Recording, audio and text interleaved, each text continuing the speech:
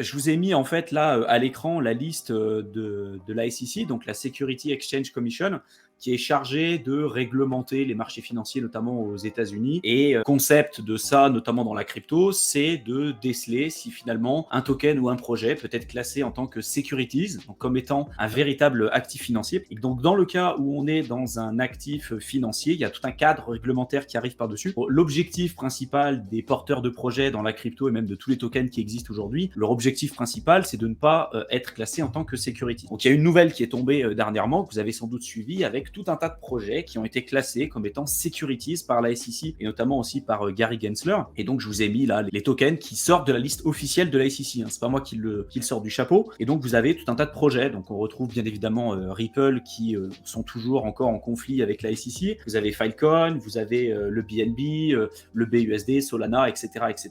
Il y a peut-être des projets que vous connaissez pas. Il y en a quand même des projets encore assez connus. J'en ai mis d'autres parce que là c'est la liste complète. Du coup je pouvais pas tout le mettre sur une seule slide. Il y en a à mon avis d'autres qui arriveront par la suite. Donc en fait, ça fait peur à énormément d'investisseurs parce que à partir du moment et quand on voit ce qui se passe quand la SEC classe un projet en tant que securities, quand on a vu en fait ce qui s'est passé à l'heure actuelle et puis même par le passé avec XRP, ça a posé pas mal de problèmes, notamment en termes de performance et notamment lors du dernier bull run, on n'a même pas pu dépasser le précédent plus haut du cycle de 2017 à cause justement de toutes ces contraintes réglementaires. Il y a beaucoup d'investisseurs qui ont eu peur en fait de ça, qui n'ont pas forcément investi sur le XRP et donc je pense que ça a énormément joué sur les performances du XRP sur les dernières années. Et donc, je te coupe pour continuer parce qu'effectivement c'est extrêmement important de dire ça, que ça a un impact direct en fait sur les performances. Je pense que c'est important de rappeler le test Dewey qui est censé définir ce qui est un securities et ce qui n'est pas un securities. Et comme tu disais dans ce test-là, l'un des critères c'est que l'actif est censé faire des performances qui sont censées amener des gains à l'investisseur. Et quand on voit qu'effectivement il y a le BUSD, qu'il y a des stablecoins qui sont listés dans les securities, il y a une problématique de fond en fait. Il y a 4 critères Oui, qui sont liés au test de Howey. En effet, si on attend des profits, notamment du travail des autres, par exemple, si